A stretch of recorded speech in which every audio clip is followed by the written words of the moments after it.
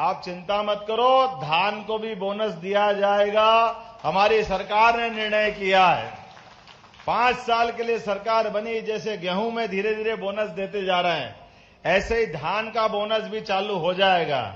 धान ने अब तो गौ माता के दूध के ऊपर भी किसानों की आमदनी फसल की बढ़ा रहे हैं, लेकिन दूध उत्पादन भी बढ़ना चाहिए। देश की पहचान ऐसा मानते हैं, दही दूध की नदियां बहती थी, अर्थात दूध पर्याप्त उत्पादन में जितना भी हो रहा है उससे कई गुना ज्यादा होना चाहिए। जिनके घर गाय वो सब गोपाल, तो हम तो सब गोपाल कृष्ण भगवान की। तो आने वाले समय में सभी किसान भाई बहनों के परिवार में जिस प्रकार से बदलते दौर में उनकी आमदनी बढ़ना चाहिए। मैं आज के इस अवसर पर आप सबको बधाई देना चाहता हूं। बहुत जल्दी सिवनी के अंदर 300 करोड़ की लागत से इसी लोकसभा में नए मेडिकल कॉलेज का उद्घाटन होने वाला। जोरदार अभिनंदन करो अपने यशस्वी प्रधानमंत्री को लेकर के।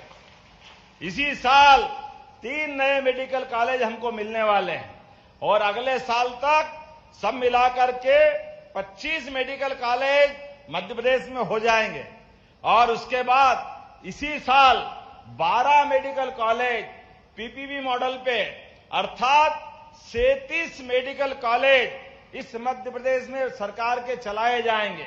6 प्राइवेट मेडिकल कॉलेज अलग, अगर उनको जोड़ लो तो 43 मेडिकल कॉलेज हो जाएंगे इस मध्य प्रदेश के अंदर। आज के इस अवसर पर मैं यहां जब आया हूं तो उम्मीद कर रहा हूं कि एक एक करके जितने प्रकार के काम हैं, लगभग हमने अपने महिलाओं और बच्चों का बजट लगभग 2 गुना कर दिया है। हमारे 26,500 करोड़ के आधार पर ये अपने बच्चों का बजट बढ़ाया है। तेंदू पत्ता का भी हमने 1,000 रुपया प्रति बोरे की राशि बढ़ाई है, 4,000 रुपया बोरा किया है। आने वाले समय में इसको और बढ़ाने वाले हैं। जनजाति वर्ग की समग्र विकास के लिए 40,808 करोड़ रुपए का हमने बजट में प्रावधान किया है। ये पिछली बार के बजट से 25% ज्यादा है। जोरदार ताली बजाओ आदिवासी भाई बहनों के लिए।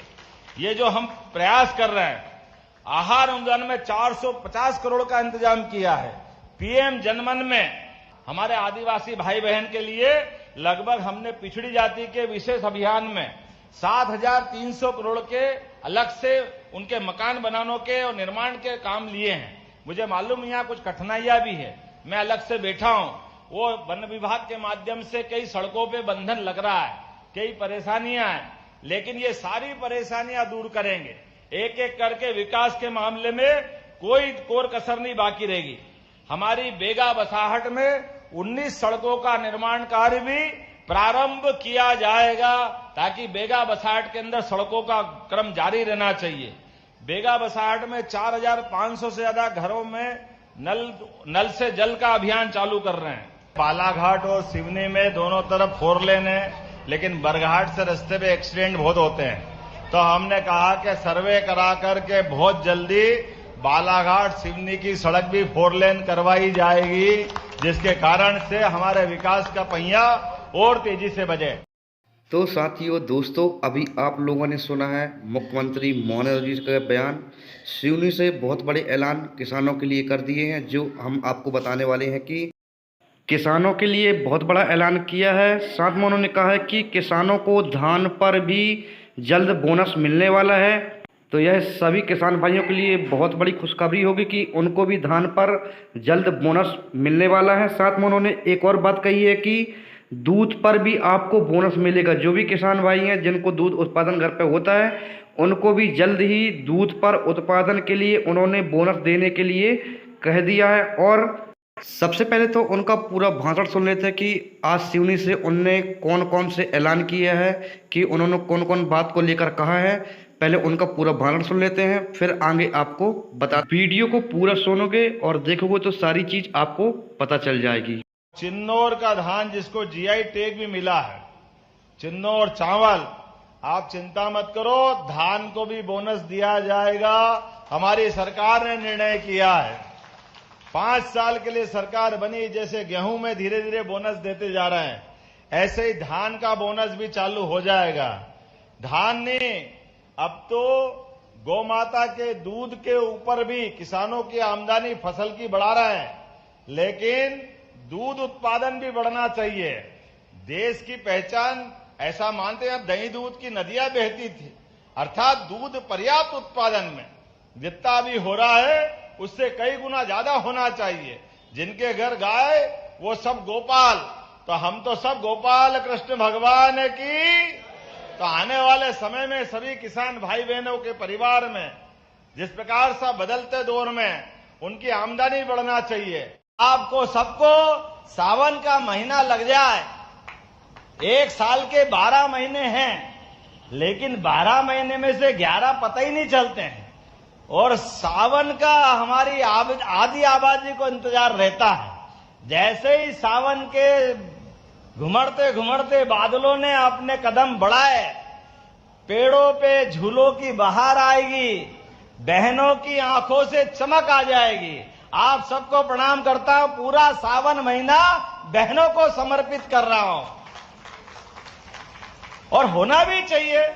हमारी संस्कृति इस बात को सिखाती है, घर के अंदर पहला हक माँ बाप का अपने बच्चों से प्रेम करने का, सर्वाधिक सम्मान पाने का, लेकिन इनके बराबर हक अगर किसी को मिला है तो वो हक मिला है हमारी बहनों को, जो माँ बाप के बराबर अपने भाई से प्रेम करती है।